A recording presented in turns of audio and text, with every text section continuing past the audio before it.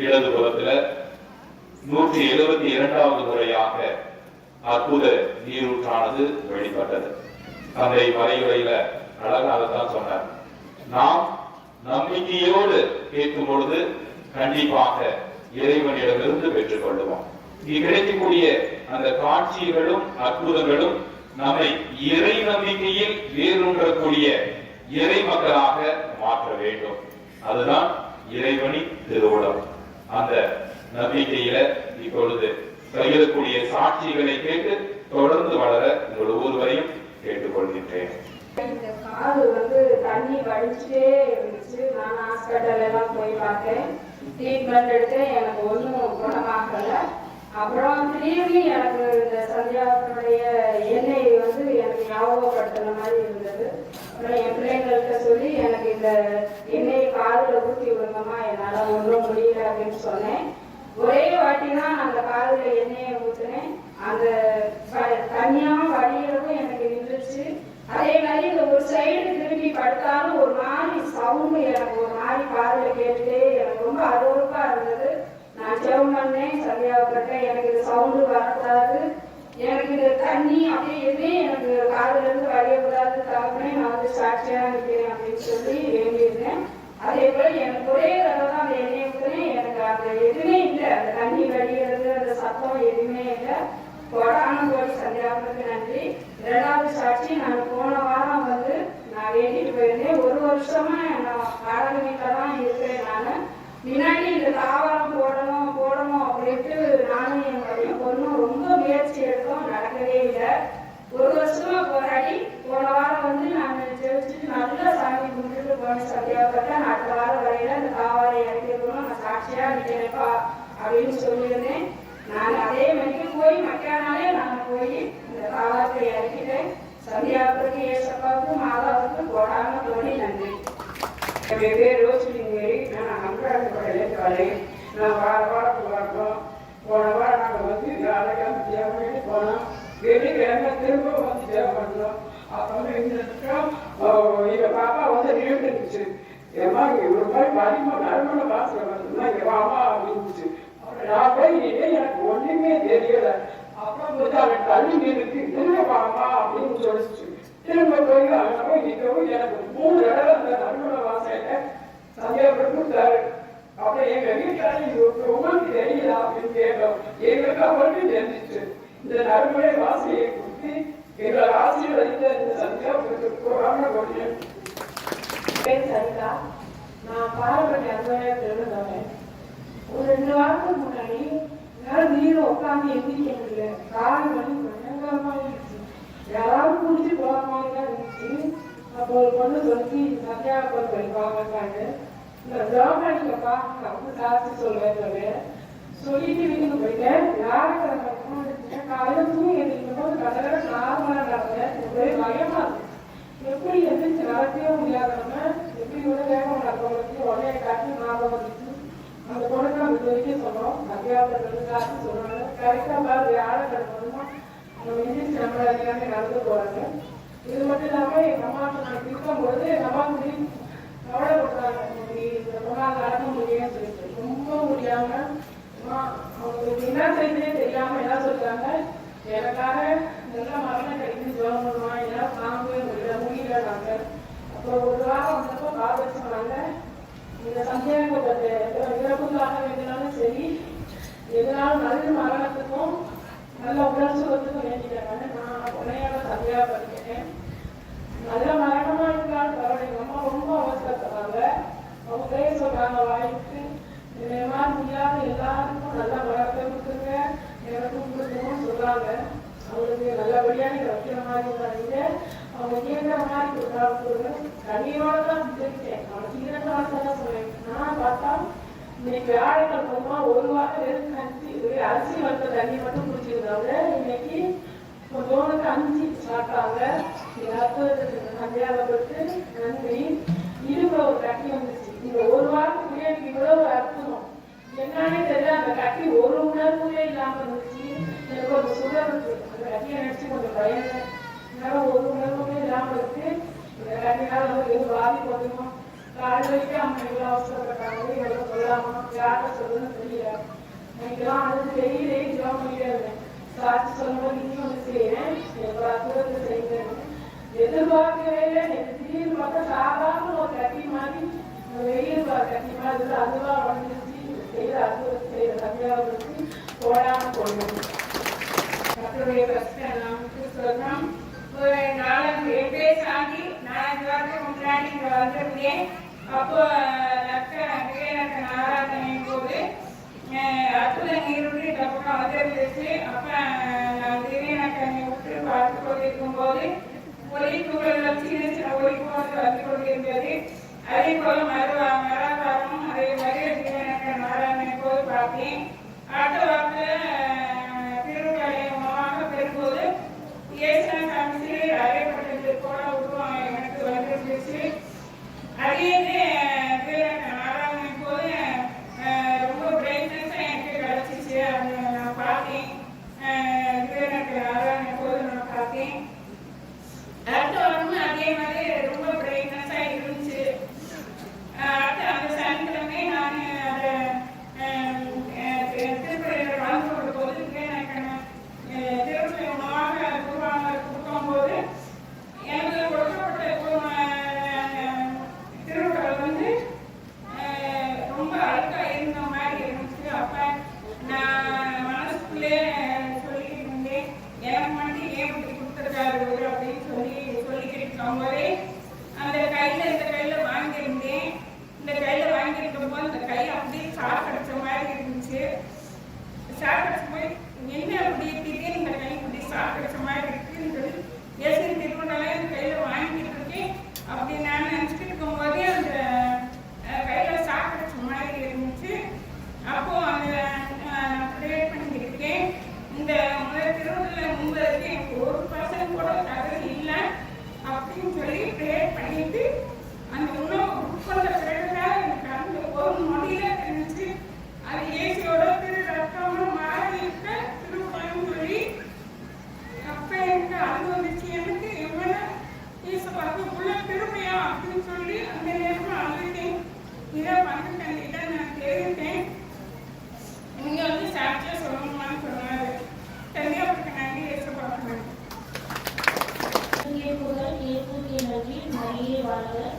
என் பேர் மெர்சி. நான் பூத்தாம்பட்டியிலேருந்து வரேன். நான் பூத்தாம்பட்டியிலேருந்து வெளியே தோட்டத்தில் நாங்கள் இருக்கிறோம். நாங்கள் ரொம்ப கஷ்டப்படுறோம். அங்கே தனியாக தான் இருக்கிறோம். தோட்டத்தில் ஒத்த தோட்டத்தில் தனியாக இருக்கிறோம்.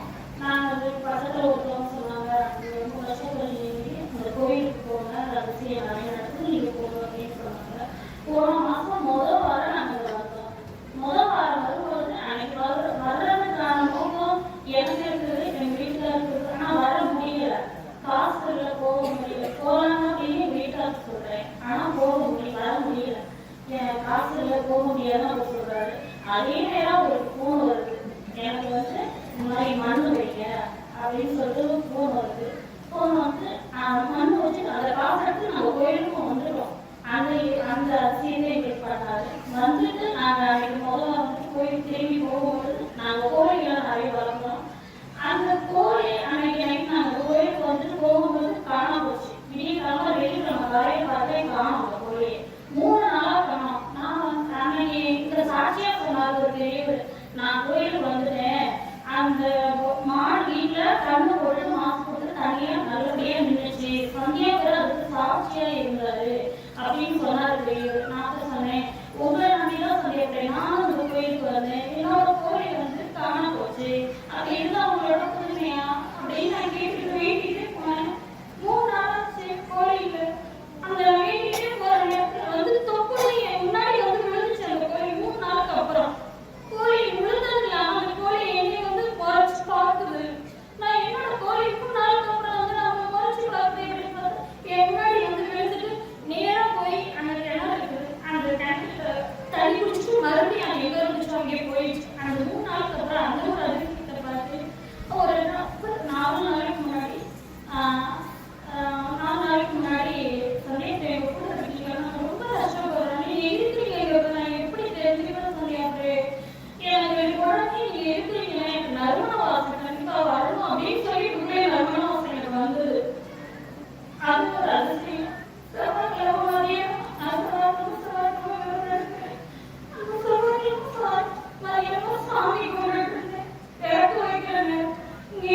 நார்மல் சைக்கிள்னு வாங்கிட்டு போயிருந்தேன். 4 டப்பா வாங்கிட்டு போயிருந்தேன். 4 டப்பாவில் 1 டப்பா யூஸ் பண்ணிட்டேன். பாக்கி 3 டப்பா சந்தியாக போட்டு கீழே வச்சிருந்தேன்.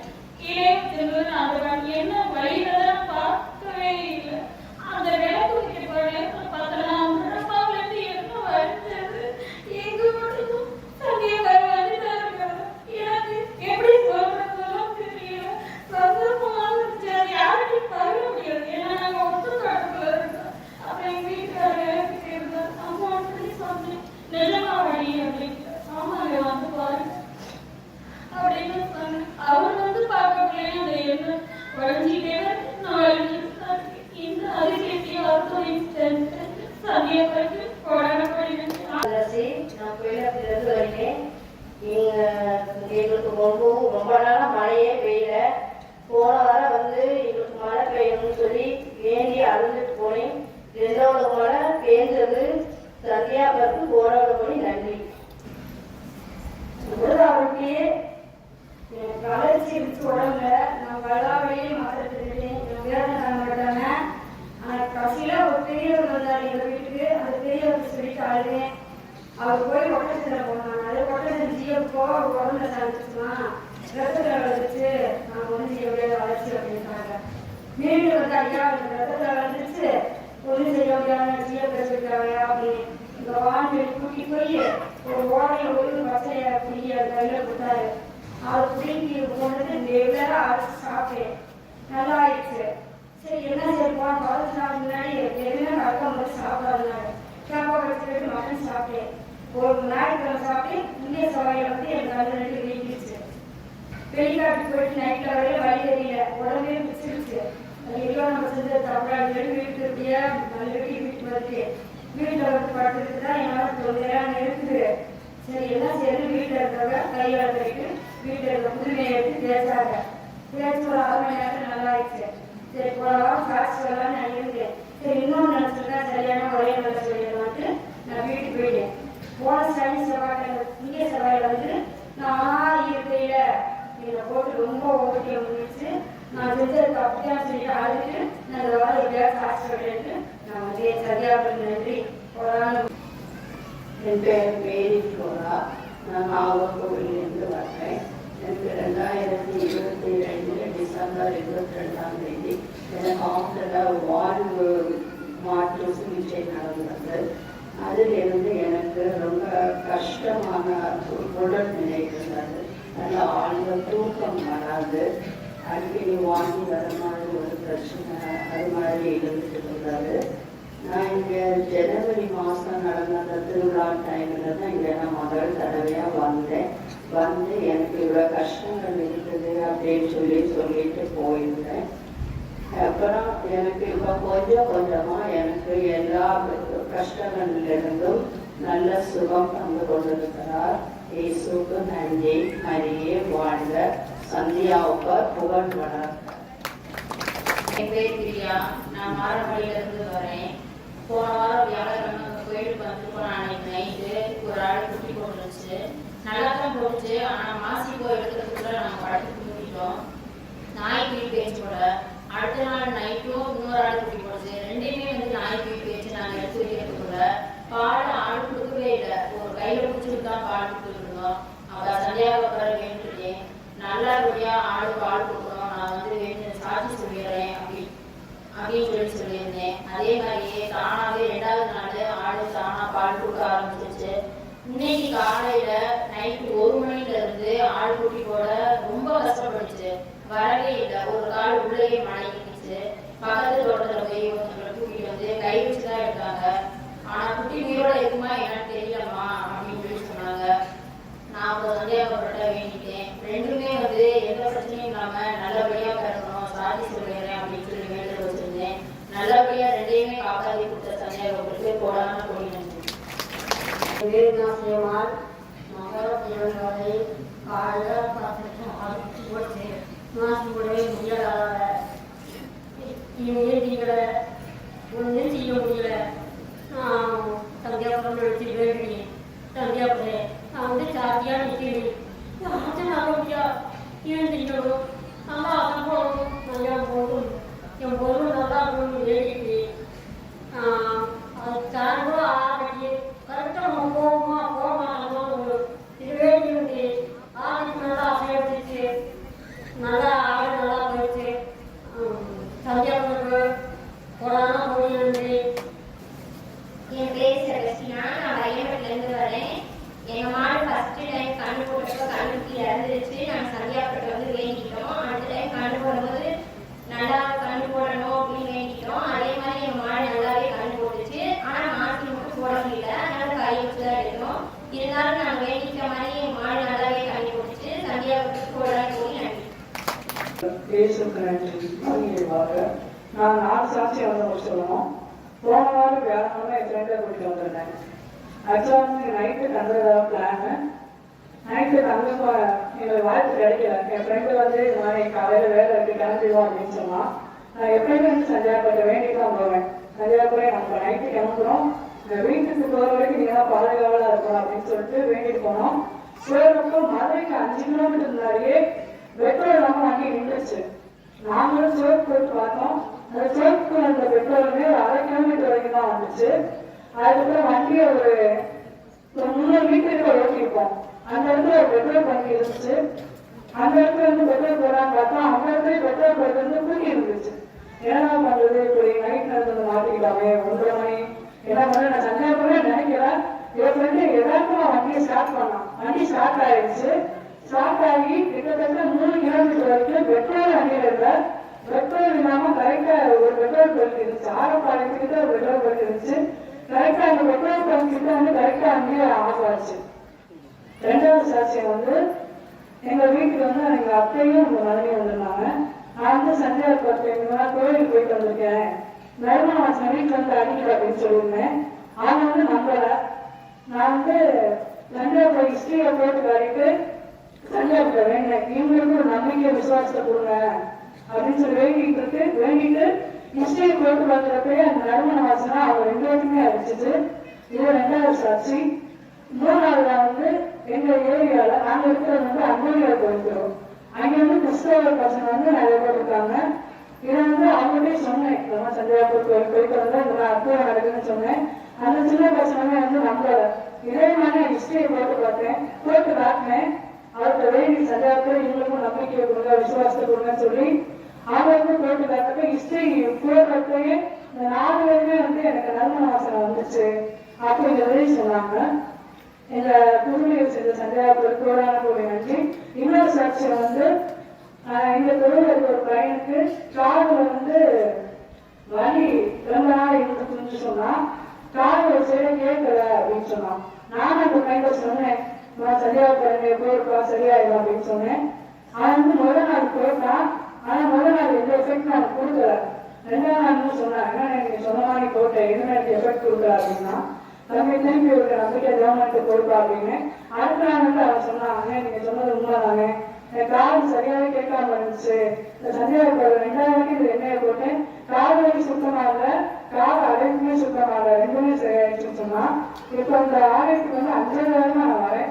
5 வாரமே எனக்கு சாட்சி சொல்ல வாய்ப்பு இருக்கிற இயேசுக்கு நன்றி, மாதாவுக்கு நன்றி, இயேசு சந்தியாவுக்கு நன்றி. செல்லம்மா, நான் ஒரு வேலைப்படுத்தி என் பேருக்கு 3 நாளா காய்ச்சல் ஆஸ்பத்திரிக்கு போய் கேட்கவே இல்லை. அப்புறம் சந்தியாபுரம் கூப்பிட்டு காலையில என் பேருக்கு நல்லா போயிடும். சந்தியாபுரம் என் பேருக்கு நல்லா போயிடுச்சு. என் மகன் கால் ஊற்றி சில்பாயிடுச்சு, கால் மேட்டு கொள்ள வச்சு 1 வாரம் வேலைக்கே போகல. சந்தியாபுரம் என் மகனுக்கு நல்லா இருக்கும். காலையில வேலைக்கு போயிருக்குன்னு சொன்னேன். அதே மாதிரி காலையில வேலைக்கு போயிட்டான். என் ஆடு வந்து வயிறு வந்து ஊதிக்குச்சு. காலையில 10 மணிக்கு சந்தியாபுரம் காலையில என் ஆடு நல்லா அப்புறப்படணும், நல்லா மேலும் நல்லா வரணும். அந்த சந்தியாபுரம் நல்லா ஆக்கி விட்டாரு. எனக்கு சாயந்தரம் 6 மணில திருவிழுக்கும் மயக்கம் வந்துருச்சு. நான் சந்தியாபுரம் கும்பிட்டு சந்தியாபுரம் எனக்கு நல்லா சொல்லிட்டு அந்த ஒரு இதுல இருக்கும்போது என் மகளோட மகளுக்கு வந்து உடம்பு சரியில்லை. அந்த பிள்ளைக்கு வந்து வயிற்று வலி வாந்தி. போய் ஸ்கேன் பண்ணி பார்க்கும்போது உடல் வாழ்வு என்று சொல்லிட்டாங்க. எனக்கு ரொம்ப மனசு கஷ்டமாயிடுச்சு. என்ன பண்றதே இல்லை. நான் ரொம்ப ஜெபம் பண்ணிட்டு சந்தியாபுரம் என் பேத்திக்கு நல்ல ஆபரேஷன் நல்லபடியா நடக்கணும், நல்லா இருக்கணும் அப்படின்னு வேண்டிக்கிட்டே நேற்று நல்லபடியா ஆபரேஷன் முடிஞ்சிச்சு. என் பேத்திக்கு நல்லா இருக்கா. சந்தியாவுக்கு கோடான கோடி நன்றி. நிறைய வாழ்க இயேசுக்கே புகழ். நான் ராணிமந்திலிருந்து வரேன். முதல் வாரம் வந்தப்ப அழுதுகிட்டே இருந்தேன். ஃபாதர் சொன்னாங்க, இந்த மண் எடுத்து கொண்டு உங்க வீட்டுல பூரா போடுங்க அப்படின்னு சொன்னாங்க. என் மகனுக்கு பொண்ணே அமையல. 8, 9 பொண்ணு பார்த்தோம், குடிக்கல, ஜாதகம் சரியில்லை அப்படி இப்படின்னு சொன்னாங்க. நான் 5 வாரம் விடாம வந்தேன், முட்டி போட்டு நடந்தேன், மெழுகுவர்த்தி ஏற்றி வச்சு என் பிள்ளைக்கு எப்படினாலும் பெண் கிடைக்க வேண்டும் என்று வேண்டி 5 வாரம் முடிந்த பின்பு நான் போய் பார்த்தேன். அந்த பொண்ணும் பிடிச்சிருச்சு, என் பையனும் பிடிச்சிருச்சுன்னு சொல்லி கல்யாணம் முடிந்து விட்டது. முடிந்து விட்டது. நான் 2 மாசம் ஆகி இங்க வந்து சாட்சி சொல்கிறேன் என்று சொன்னேன். ஆனால் கடன்கள் பண்ணி வரவிடாமல் ஆகி உடம்புக்கு முடியாமல் ஆகிவிட்டது. இன்று ஆட்டத்திற்கு நான் தனியாகவே வந்தேன். இந்த சந்தியாக்களுக்கு கோடான கோடி நன்றி. என் கோரிக்கை நிறைவேற்றி விட்டதப்பா. இந்த சந்தியாக்களுக்கு கோடான கோடி நன்றி அப்பா. சந்நிதி வந்தோம் எங்கள் புனித சந்தியாகப்பரே, வந்தனம் தந்தோம் எங்கள் புனித சந்தியாகப்பரே.